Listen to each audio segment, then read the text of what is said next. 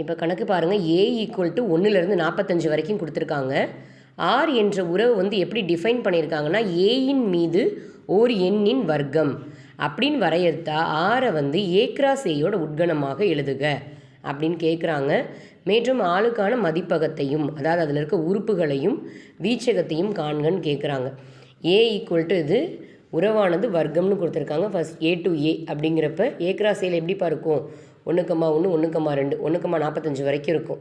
அடுத்து அதே மாதிரி 2,2 45 வரைக்கும் இருக்கும். இப்படியே போயிட்டு 45,45 வரைக்கும் இருக்கும்.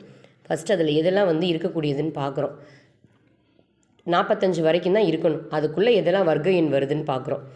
1இன் வர்க்கம் 1 இருக்கும், 2இன் வர்க்கம் 4 அதுவும் இருக்கும், 3இன் வர்க்கம் 9 அதுவும் இருக்கும், 4இன் வர்க்கம் 16 அதுவும் இருக்கும், 5இன் வர்க்கம் 25 அதுவும் இருக்கும், 6இன் வர்க்கம் 36 இருக்கும், 7இன் வர்க்கம் 7 49 45 வரைக்கும் தான். ஏ கிராஸ் ஏ அப்படிங்கிறப்ப அந்த இதுலேயும் என்னது 45 வரைக்கும் தான் இருக்கும். இங்கே இருக்கக்கூடிய அந்த துணை மதிப்பகத்தில் எது வரைக்கும் இருக்கும், 45 வரைக்கும் தான் இருக்கும்.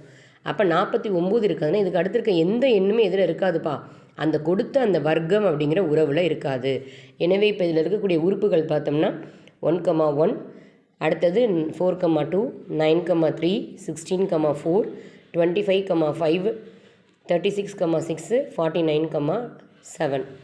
அப்போ இந்த 49,7ங்கிறது இருக்காது. இதான் என்னது, பிலாங்ஸுக்கு இது குறியீடுன்னு சொல்லுவோம், இது நாட் பிலாங்ஸ். அப்போ அந்த உறவில் இருக்கக்கூடியதை வந்து நம்ம பட்டியலிடுறோம். இந்த இதெல்லாம் அதில் இருக்கக்கூடிய வரிசை ஜோடிகள். மதிப்பகம்னா முதல் இருக்க நம்பர் ஃபுல்லாக மதிப்பகம், வீச்சகம்னா ரெண்டாவது இருக்க நம்பர் ஃபுல்லாக வீச்சகம்.